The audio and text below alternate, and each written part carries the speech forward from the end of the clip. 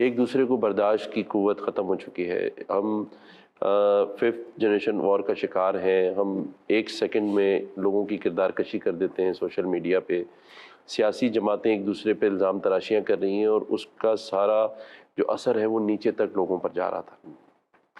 تو پہلی کوشش یہ تھی کہ تمام پولیٹیکل پارٹیز کے ساتھ میں ملاقاتیں کروں اور ایک پیغام دوں محبت کا. میں سمجھتا ہوں کہ جو میری پارٹی ہے جس نے مجھے نامینیٹ کیا MQM پاکستان، جس کے کنوینر ڈاکٹر خالد مقبول صدیقی بھائی ہیں، ان کی بھی مجھے یہی ہدایت تھی کہ آپ نے سب لوگوں سے ملنا ہے اور سب کو یہ پیغام دینا ہے کہ ہم یہ چاہتے ہیں کہ یہ نفرتیں ختم ہوں.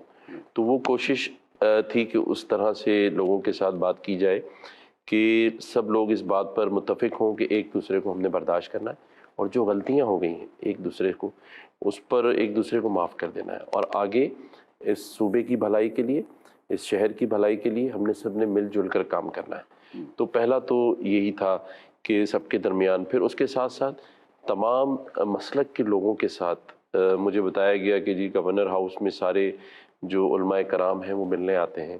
تو میں نے کہا نہیں، جن کو ہم علماء کرام کہتے ہیں ان کے ساتھ ہمارا ایک عزت کا ایک مذہبی رشتہ ہے اور اتنے بڑے بڑے نام ہیں جس میں جامعہ رشیدیہ کے مفتی رحیم صاحب ہوں یا مفتی اعظم مولانا تقی عثمانی صاحب ہوں، مفتی منیب الرحمان صاحب ہوں یا مولانا الیاس قادری صاحب ہوں، علامہ حیدر نقوی صاحب ہوں.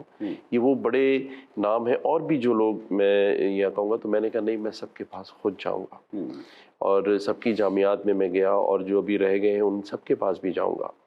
اور مقصد جانے کا یہ ہے کہ ہم ان مسلک کے درمیان بھی محبتوں کا ایک سلسلہ شروع ہو اور یہ گورنر ہاؤس جو ہے وہ اس بات کی نوید بن جائے کہ یہاں سب ایک دوسرے کے ساتھ مل جل کر وہ اقدامات لیں، وہ برج کا کردار ادا ہم کریں تاکہ لوگوں کے درمیان محبتیں جائیں. دوسرا دیکھیں، میں یہاں MQM پاکستان کا نامینیٹ کیا ہوا گورنر ہوں، لیکن میری فیملی اور میرا تعلق ایک بزنس کمیونٹی سے ہے.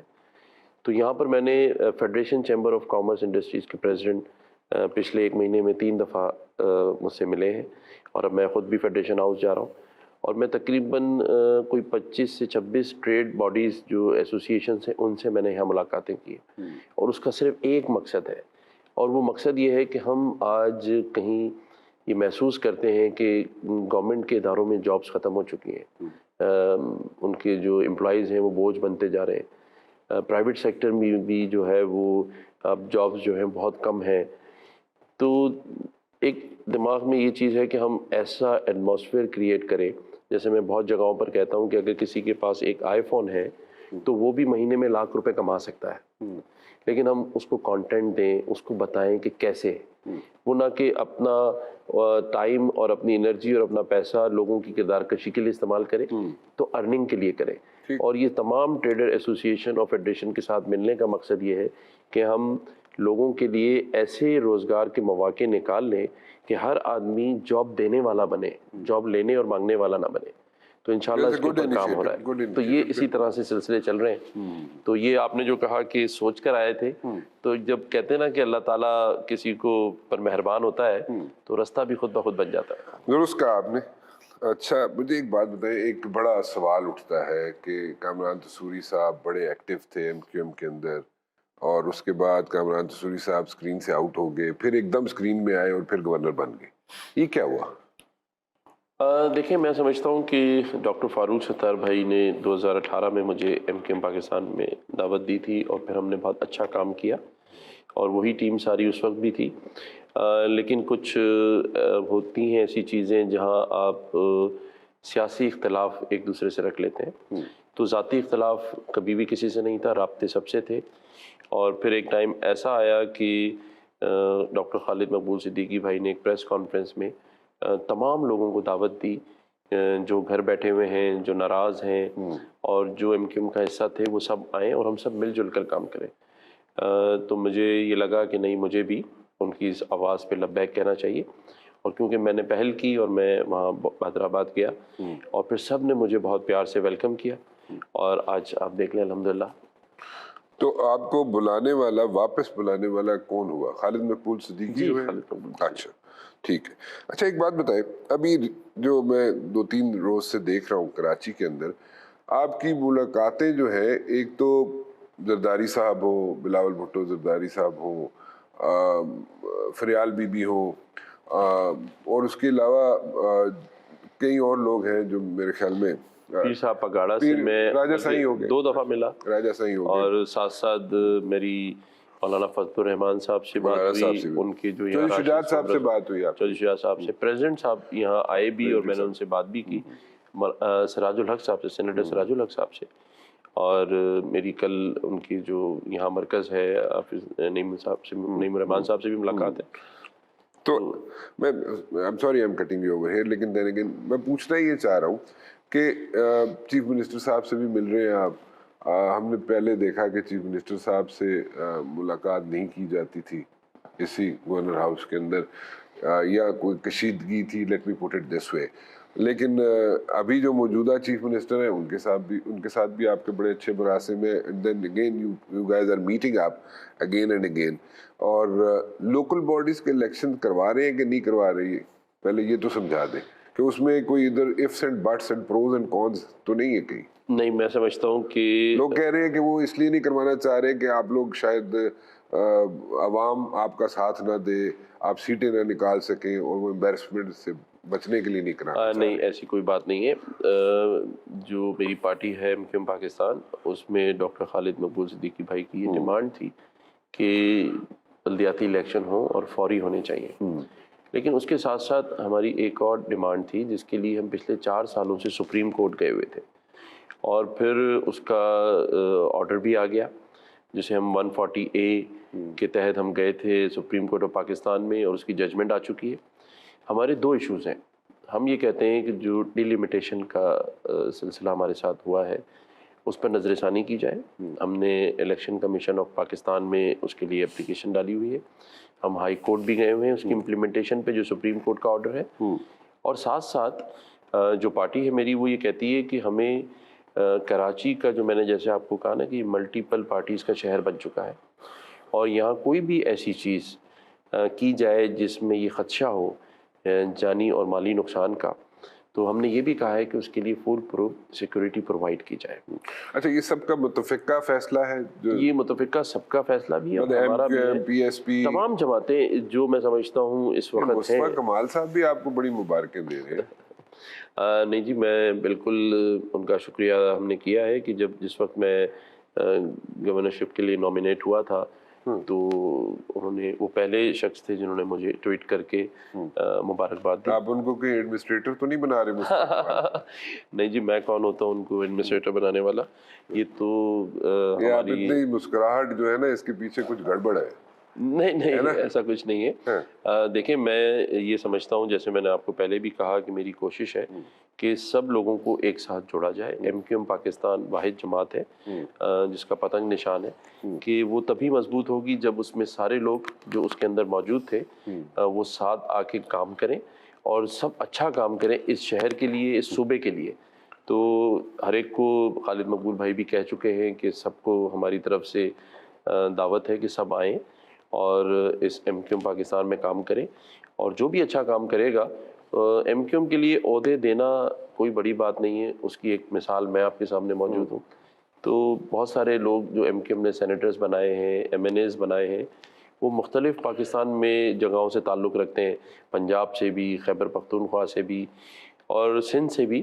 تو میں سمجھتا ہوں ہماری پارٹی کا یہ منشور ہے کہ جو کام کرنا چاہتا ہے, جو کام کرے گا, اس کو پارٹی آگے لے کر آئے گی. اچھا, یہاں پہ جو اردو سپیکنگ پرانے لوگ ہیں, بڑے اچھے لوگ ہیں اردو سپیکنگ لوگ, پڑھے لکھے, سمجھدار, وہ کسی حد تک ڈسپوائنٹ ہوئے ہوئے, اور ان کی ڈسپوائنٹمنٹ جو ہے وہ آبویس ہے, نظر آتی ہے.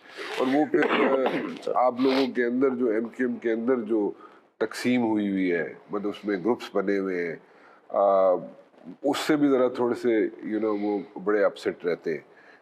تو وہ جو طبقہ تھا وہ آہستہ آہستہ سلولی گریجولی جو ہے وہ PTI کی طرف چلنا شروع ہو گیا. ٹھیک ہے, 8.5 لاکھ ووٹ لیے پچھلے الیکشن میں PTI نے کراچی سے. وہ ایک الگ ڈیبیٹ ہے کہ انہوں نے یہاں پہ ڈیلیور کیا نہیں کیا, that's a separate thing. But then again وہ جو آپ کا ووٹر سپورٹر تھا ایم کیو ایم کا اردو اسپیکنگ اور پڑھا لکھا، وہ ڈس اپوائنٹ ہوا ہے ایم کیو ایم سے، اس کو کیسے آپ واپس لا سکتے ہیں ان یور ریکس اور دوبارہ ان کے ساتھ مل سکتے ہیں، دوبارہ ان کے ساتھ ان کو شامل کر سکتے ہیں اور ان کا کانفیڈنس جو ہے وہ ریوائیو کر سکتے ہیں آپ لوگ؟ بہت اچھا سوال کیا آپ نے. میں یہ سمجھتا ہوں کہ پورے پاکستان میں ایک واحد ایم کیو ایم کا پاکستان کا ووٹر ہے جو پی ٹی آئی کی طرف کنورٹ نہیں ہوا. اور اس کی اگزامپل میں آپ کو دوں کہ جو بھی ریسنٹ بائی الیکشن ہوا جس میں عمران خان صاحب خود کھڑے تھے، وہاں جو ووٹرز کا تناسب تھا وہ 5 لاکھ ووٹرز تھے، اور ان کو جو جیت ملی ہے وہاں سے، خود بھی کراچی آئے، بڑا جلسہ کرتے رہے، لیکن صرف 50,000 کے اندر ووٹ ملا ان کو. تو اس کا مطلب یہ ہے کہ اگر ایسی بات ہوتی تو 5 لاکھ میں سے کم 2-2.5 لاکھ ووٹ تو پڑنا چاہیے تھا ان کو. بڑے عرصے کے بعد وہ کراچی آ کے الیکشن لڑ رہے. ایم کیو ایم کا ووٹر کہیں نہیں گیا اور نہ کہیں جائے گا اور نہ کسی اور کو ووٹ دے گا. میں یہ سمجھتا ہوں وہ گھر بیٹھ جائے گا، کسی کو ووٹ نہیں دے گا. ہاں، اور وہ کیوں گھر بیٹھا ہوا ہے؟ دیکھیں، میں پتہ نہیں کتنی بات کر سکتا ہوں بحیثیت وفاق کے نمائندے کے، یہ میری پارٹی زیادہ اچھا جواب دے سکتی ہے اس پہ، لیکن میں یہ ضرور آپ کی نالج میں ڈال دوں گا کہ ایم کیو ایم کا جو ووٹر ہے نا، وہ صرف ایک بات پہ گھر بیٹھا ہوا ہے کہ پچھلے 8-9 سالوں میں ایک مضبوط بلدیاتی نظام ہمیں نہیں مل سکا، جس کے لیے ہم سپریم کورٹ آف پاکستان گئے. جب ایک سیاسی جماعت اپنے ووٹر اور سپورٹرز کے لیے اس کی گلیوں سے کچرا نہ اٹھوا سکے، ان کی گلی میں جو سیوریج لائنیں ہیں وہ پچھلے 60 سالوں سے چینج نہ ہوں، اور گٹر ابل رہے ہوں، گٹر کے ڈھکن نہ ہوں اور ان کے بچے اس میں گر جائیں، اور اگر وہ اس علاقے میں اپنے لوگوں کو پینے کا صاف پانی اور الیکٹرکسٹی نہ دے سکے، اس کے بعد اگر ہم داد دیتے ہیں اپنے ووٹر اور سپورٹرز پہ کہ آج بھی ہم ایم کیو ایم پاکستان جو ہے وہ حکومت کا حصہ ہے، انہی کے ووٹوں سے ہم آج بھی جو کچھ بھی ہمیں ملا. ہو گیا آپ تو نہیں، دیکھیں، اگر آپ کہاں سے سیٹیں، کتنی سیٹیں، اس کا نمبر آہستہ آہستہ نہیں، آپ صحیح کم کہہ رہے ہوتے جا ہیں، رہے ہیں. کم کیوں ہوتے جا رہے ہیں کہ میں نے جیسے آپ کو کہا نا کہ جب آپ ایک سیاسی جماعت ہوتے ہوئے لوگوں کے کام نہیں کریں گے تو لوگ ناراض ہوں گے. لیکن اچھی چیز یہ ہے کہ ناراض ہو کر انہوں نے ووٹ کسی کو نہیں دیا، تو یہ ان کی اپنائیت ہے اس ایم کیو ایم پاکستان کے ساتھ. اور میں سمجھتا ہوں، آپ کو آخری بات کروں گا، کہ اگر ہمیں یہ موقع مل جاتا ہے کہ ہمارا بلدیاتی سسٹم جو ہم چاہتے ہیں، جو پیپلز پارٹی سے ہمارا ایگریمنٹ ہے 140A کے تحت ہم بلدیاتی ایگریمنٹ، دیکھیں، اس ایگریمنٹ میں جب ہم کولیشن میں گئے تھے پی ٹی آئی چھوڑ کے، تو اس ایگریمنٹ میں یہ تھا کہ جو سپریم کورٹ کا آرڈر ہے اس کے حساب سے ہی تمام چیزیں اس شہر میں نافذ العمل کی جائیں گی. مثلاً واٹر بورڈ ہمارے پاس نہیں ہے، ایس بی سی ہمارے پاس نہیں ہے، سالڈ ویسٹ مینجمنٹ ہمارے پاس نہیں ہے. تمام جو اتھارٹیز ہیں، L D A, M D A, K M سی، جب آپ کے پاس ہے ہی نہیں کچھ اور وہ پاور جو ہے نیچے ڈلیور ہی نہیں ہو سکی، آپ کا یو سی کا جو چیئرمین ہے یا یو سی کا جو بندہ ہے، وہ اگر اس کے پاس کچرا اٹھانے کا اختیار نہ ہو، اس کے پاس اتنے پیسے نہ ہوں کہ وہ قبرستان کو ٹھیک کرا سکے، تو پھر آپ کیا ایکسپیکٹ کرتے ہیں لوگوں سے کہ وہ آپ کو کیوں ووٹ دیں گے؟ تو میں یہ سمجھتا ہوں کہ یہ وہ ساری بنیادی چیزیں تھیں جس کے تحت سپریم کورٹ نے بات سنی اور آرڈر پاس کیا کہ اس کا امپلیمنٹ ہونا چاہیے. تو وہی چیز ایگریمنٹ کا حصہ ہے، اس پر امپلیمنٹ ہو رہا ہے. فرسٹ فیز کے لیے ہم نے کافی کوششیں کی ہیں کہ اس کو فیز وائز امپلیمنٹ کرایا جائے. پہلے فیز میں کیا ہوگا؟ پہلے فیز میں ہم نے یہی ان سے کہا ہے کہ ہمیں جو میئر کی پاورز ہیں، جس کے تحت میئر نیچے رہ کر لوگوں کے گلی، جس طرح کہتے ہیں نا، کوچوں کو صاف کرا سکے، ان کا کچرا اٹھوا سکے، ان کو وہ بنیادی سہولتیں پرووائڈ کر سکے. تو فرسٹ فیز تو ہم نے وہی رکھا ہے جو لوگوں کے بنیادی کام ہے. تو میں سمجھتا ہوں کہ اس سے ہم آگے بڑھیں گے. کام ایم کیو ایم کرے گا، آج تک کرتے آئیے. میں سمجھتا ہوں کہ آپ ہسٹری اٹھا کے دیکھ لیں، جتنا کام ایم کیو ایم پاکستان نے لوگوں کے لیے کیا ہے. آپ دیکھیں، ورلڈ بیسٹ میئر کا خطاب کیوں ملا تھا ایم کیو ایم پاکستان کے؟ ایم کیو ایم پاکستان کے کیا نام تھا اس کا؟ جی، میں سمجھتا ہوں کہ اس وقت کے میئر مصطفیٰ کمال کو جو ایم کیو ایم پکڑے گئے نا ابھی. نہیں پکڑا نہیں آپ گیا. کو بولا تھا مصطفیٰ کمال کو ایڈمنسٹریٹر بنانے کے چکر میں تو نہیں. میں بالکل یہ بات یہاں نہیں کروں گا کیٹیگوریکلی. میں آپ کو بتاؤں، میں یہ بتا رہا ہوں کہ ایم کیو ایم پاکستان کا نامینیٹ کیا ہوا میئر اس نے ڈیلیور کیا تھا، کیونکہ پارٹی کی ہدایت کے مطابق وہ کام کر رہے تھے، یہاں کی رابطہ کمیٹی کے مطابق کام کر رہے تھے۔ اور آج اگر مجھے گورنر نامینیٹ کیا ہے تو میری ایم کیو ایم پاکستان کی رابطہ کمیٹی نے کیا ہے، اسی طرح اس وقت کی جو رابطہ کمیٹی تھی یہاں پر انہوں نے ان کو نامینیٹ کیا اور انہوں نے اچھا ڈیلیور کیا۔ تو یہ روایت رہی ہے ایم کیو ایم کی، ہمارے جو اس وقت کے گورنر تھے جنہوں نے 14 سال یہاں سرو کیا، لانگیسٹ گورنر تھے، انہوں نے بھی بہت اچھے کام کرے صوبے کے اندر لوگوں کے ساتھ۔ تو میں سمجھتا ہوں کہ ایم کیو ایم کی طرف سے جو بھی نامینیٹ کیا جاتا ہے، کیونکہ ہم مڈل کلاس کی پارٹی ہیں، ہم لوگوں کے درمیان رہتے ہیں، لوگوں کے ساتھ رہتے ہیں، تو ہمیں ان کے دکھ کا درد کا پتہ ہے، تو اسی لیے جب بھی ہمیں پاور ملتی ہے یا اقتدار میں ہم آتے ہیں تو ہم کوشش کرتے ہیں کہ لوگوں کے ڈاکٹر صاحب نے تو بڑا اچھا کام کیا ڈاکٹر عشرت نے، اور جتنا عرصہ وہ گورنر رہے یہاں پہ، جتنا عرصہ وہ کام کرتے رہے یہاں پہ، the longest serving governor I would say in the history, ان کی بڑی سروسز ہیں اس صوبے کے لیے، اس میں ساری جماعتوں کو ساتھ لے کے عشرت چلتے رہے ڈاکٹر صاحب، اور اس میں کوئی شک نہیں ہے۔ اچھا مجھے بتائیں کہ کھل کے ذرا تھوڑا سا ہے ذرا مجھے یہ بتا دیں کہ جتنے لوگ ناراض ہیں، let me put it this وے، جتنے لوگ ناراض ہیں ایم کیو ایم سے، یعنی کہ ایم کیو ایم جو مختلف دھڑے بنے ہوئے ہیں اور ان میں انکلوڈنگ پی ایس پی، ان سب کو ملانے کے لیے کوششیں ہو رہی ہیں، ٹھیک ہے جی، کہ یہ سب مل جائے، اکٹھے ہو جائیں، آپ سر کیوں لا رہے ہیں کہ نہیں ہو رہی ہے کہ نہیں ہو رہی؟ نہیں، میں سمجھتا ہوں کہ دیکھیں ایک گزارش سن لیں، تو وہ کب تک ممکن ہے کہ یہ ہو جائے کہ سب اکٹھے ہو جائیں، ایم کیو ایم کے جتنے فیکشنز ہیں، جتنے گروپس ہیں، ایک جماعت بن جائے؟ Is it possible in the near future, یعنی کہ جنرل الیکشن سے پہلے یہ ہو سکے گا؟ دیکھیں میرے خیال میں ویسے اس مہینے شاید کچھ نکل آئے، نہیں، شیپ اپ ہو جائے، اچھی خواہش تو ہر وقت رکھنی چاہیے اور مثبت رہنا چاہیے۔ دیکھیں بحیثیت وفاق کے نمائندے کے میں کسی بھی قسم کی پولیٹیکل ایکٹیویٹیز کا حصہ نہیں ہوں، نہ اپنی پارٹی میں نہ دوسری پارٹیوں میں۔ میں صرف یہی کر سکتا ہوں کہ سب کے درمیان ایک برج بن کے جو ہم آہنگی پولیٹیکل پارٹیز کے درمیان وہ پیدا کر سکوں۔ لیکن یہ جو ایم کیو ایم کے فیکشنز بن گئے ہیں، دھڑے ہیں، یہ ایم کیو ایم کے تھے اور ایم کیو ایم سے نکل کے ہی بنے ہیں۔ تو اس میں ڈاکٹر خالد مقبول صدیقی بہتر طور پر اس پر بات کر رہے ہیں، کام کر رہے ہیں۔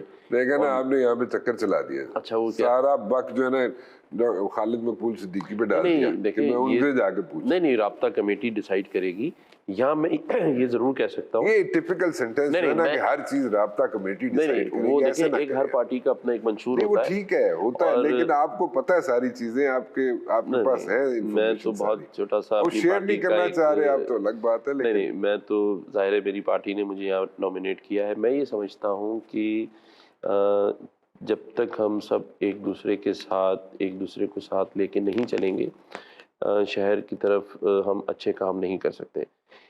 خالد مقبول صدیقی، نہیں میں اس پہ ہی آ رہا ہوں کہ ڈاکٹر خالد مقبول صدیقی بھائی نے یہ پریس کانفرنس میں کہا تھا کہ سب آ جائیں، ڈاکٹر فاروق ستار بھائی بھی آ جائیں، باقی بھی آ جائیں، جو ایم کیو ایم پاکستان میں آنا چاہتا ہے، پتنگ سے اپنا تعلق جوڑنا چاہتا ہے، وہ کوئی بھی ہو، چاہے وہ مصطفیٰ کمال بھائی ہوں، چاہے ایسے تو نہیں ہوتا نا کہ آگے بیٹھیں گے خالد بھائی اور کہیں گے جناب کہ سب لوگ آ جائیں اور سب لوگ آگے چلنا، گاڑیاں سٹارٹ کریں گے اور آفس میں پہنچیں گے، ایسے تھوڑی ہوتا ہے۔ جو کچھ ابھی تک ہوا ہے بیہائنڈ دا سین وہ آپ کو بھی پتہ ہے، میں تو گاڑی چلا کر گیا تھا خود ہی اور بھادرآباد جا کے میں نے ملا اور الحمدللہ آج اللہ تعالیٰ نے یہاں بٹھایا ہوا ہے۔ نہیں وہ ٹھیک ہے، لیکن میں ان کو سب کو اکٹھا کرنے کی بات کر رہا ہوں۔ میں اسی پر آ رہا ہوں، ہم سب کو کہیں نہ کہیں اپنی انا کو مارنا پڑے گا اور سب کو ایک دوسرے کو عزت دینی پڑے گی۔ کسی حد تک انا ختم ہوئی ہے؟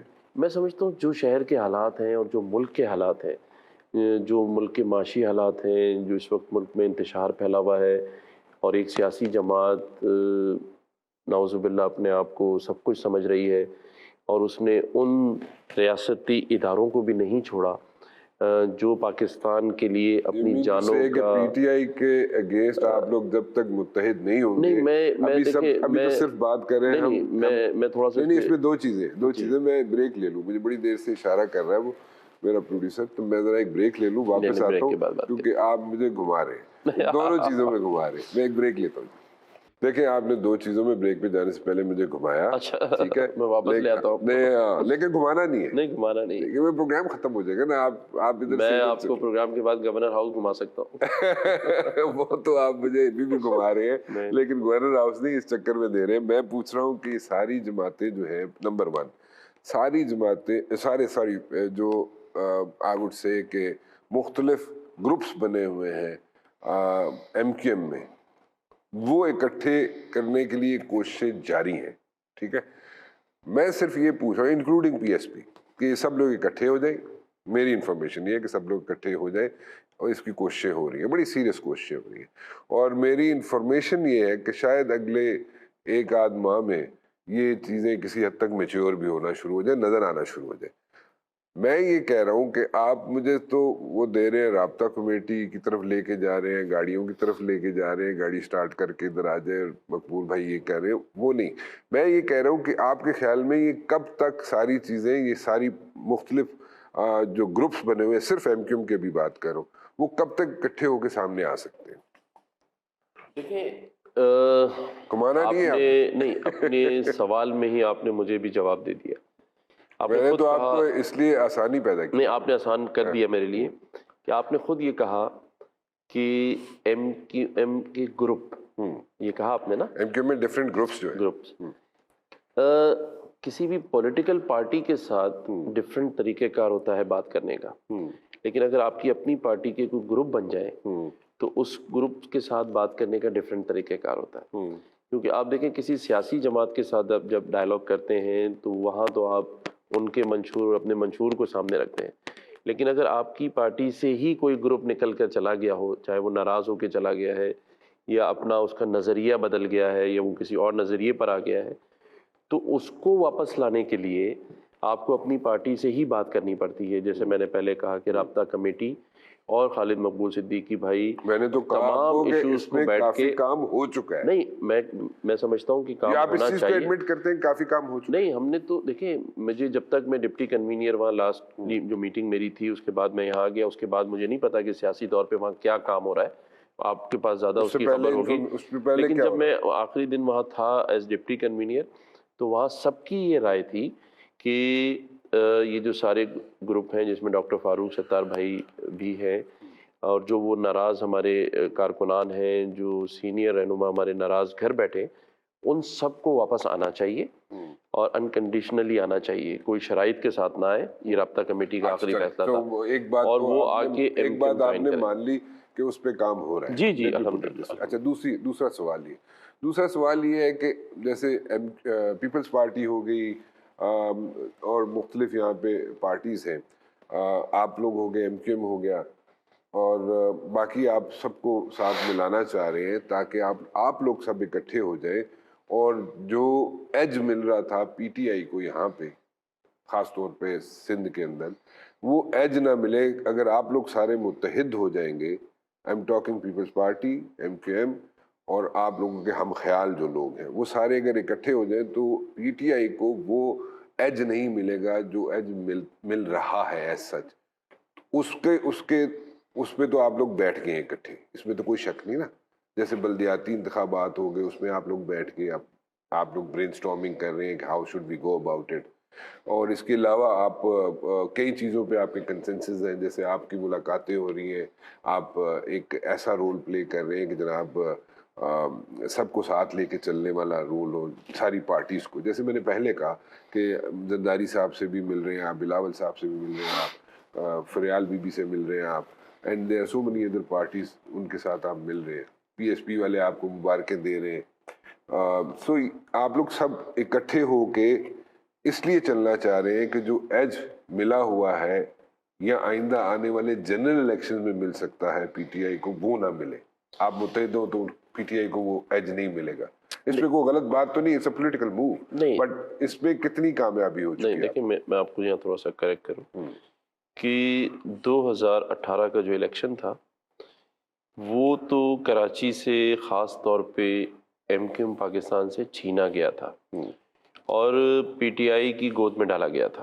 اور یہ چھپی ڈھکی بات نہیں ہے, اس کی باقاعدہ کئی پریس کانفرنسز ہماری پارٹی نے کی اور ہر جگہ اس آواز کو اٹھایا کہ دیکھیں یہ مینڈیٹ چھینا گیا ہے، ان کا مینڈیٹ نہیں تھا یہ.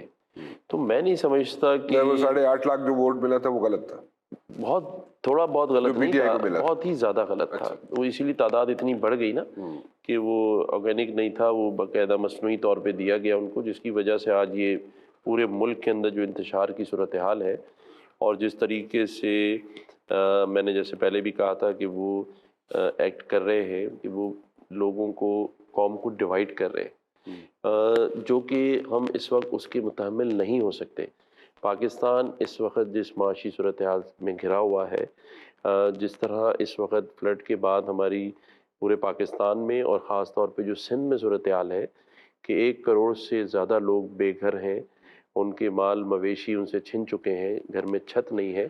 اس وقت اگر ایک سیاسی جماعت علل اعلان ہمارے ملک میں انتشار پھیلا رہی ہے، اور لوگ اب اس کو بشعور جو لوگ ہیں وہ سمجھ بھی رہے ہیں کہ آپ یہ دیکھیں کہ ایک ایسی افواج پاکستان جس کی مثالیں لوگ دیتے تھے اور دیتے ہیں، جنہوں نے 70 سالوں میں ہمارے ہمسایہ ملک بھارت کو ایک میلی آنکھ نہیں اٹھانے دی، اور ہم نے کبھی اپنی سرحدوں پر ایسا کوئی اسپیس نہیں دیا کہ کوئی ہمارے اندر آ سکے.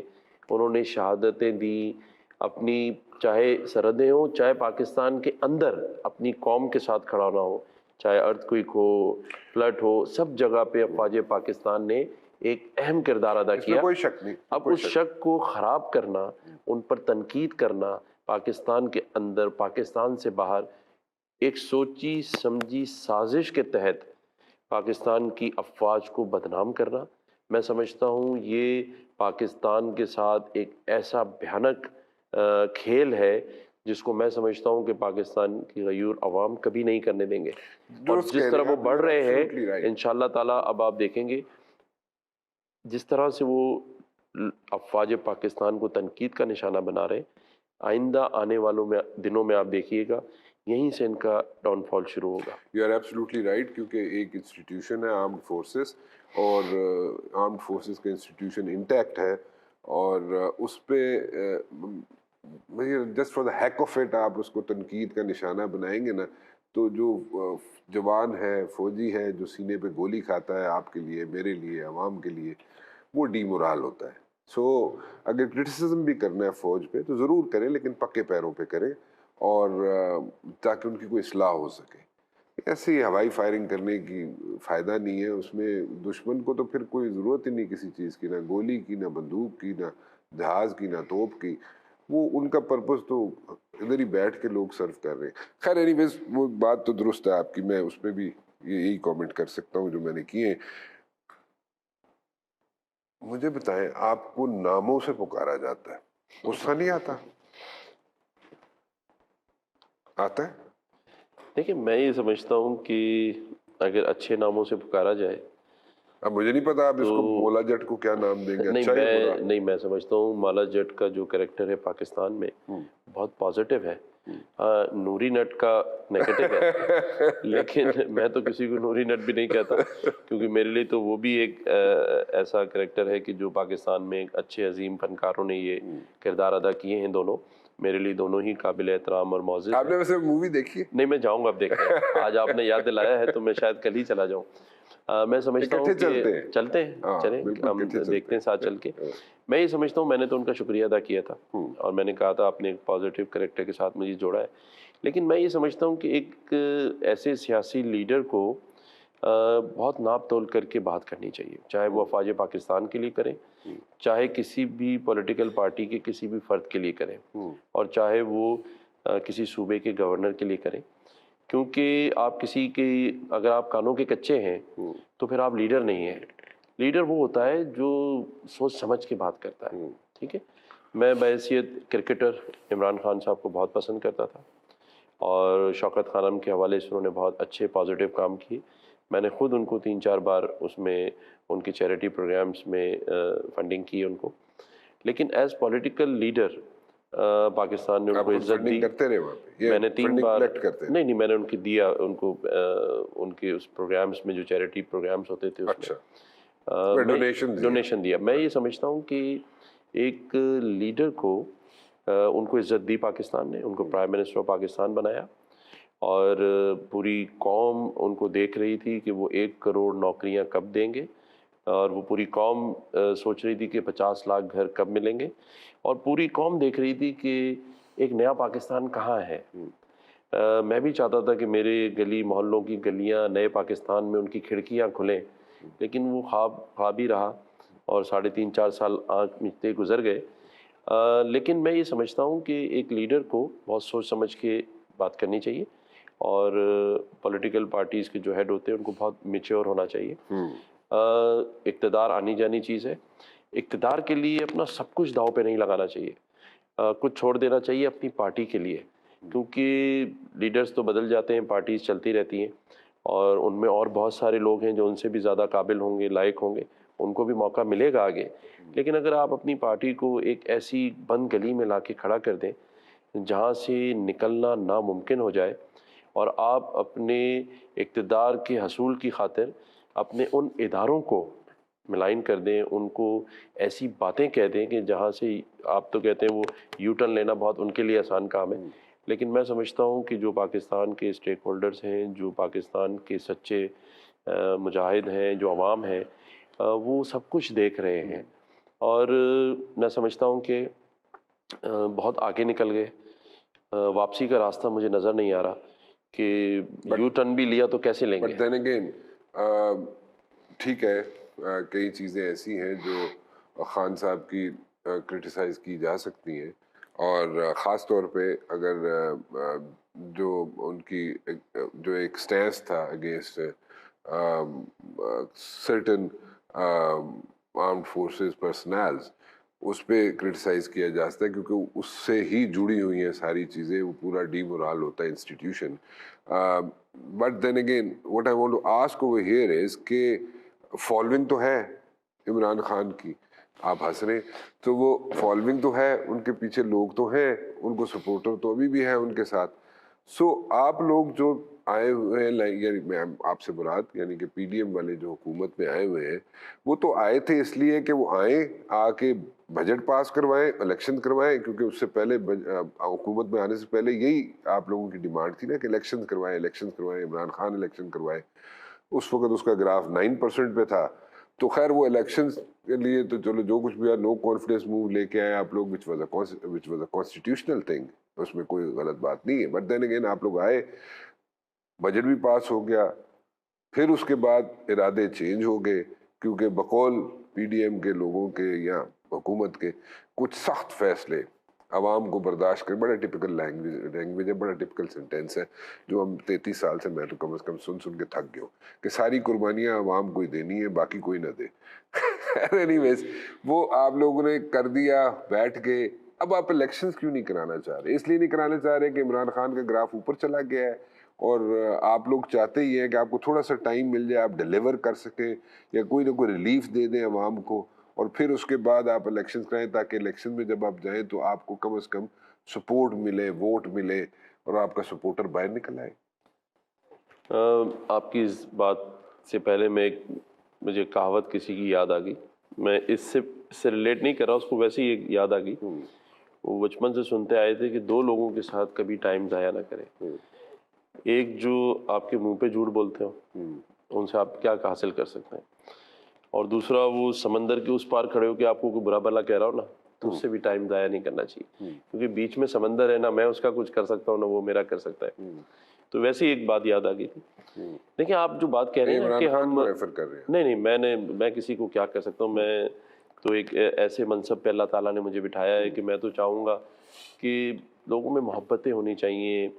انہوں نے مجھے مولا جٹ کہا تو میں نے کون سا ان کو دوبارہ میں نوری نٹ کہہ دیا، میں نے تو نہیں کہا ان کو، میں تو شکریہ ادا کیا۔ دل کر رہا ہے آپ کا ان کو نوری نت کہنے کا؟ نہیں میرا بالکل بھی دل نہیں کرا، میں نے ان کا شکریہ ادا کیا، کیونکہ مجھے جب انہوں نے ایک پازیٹیو کریکٹر کے ساتھ جوڑ دیا ہے، اور میں انشاءاللہ ان کو یقین دلاتا ہوں کہ میں سندھ میں مولا جٹ ہی بن کے دکھاؤں گا۔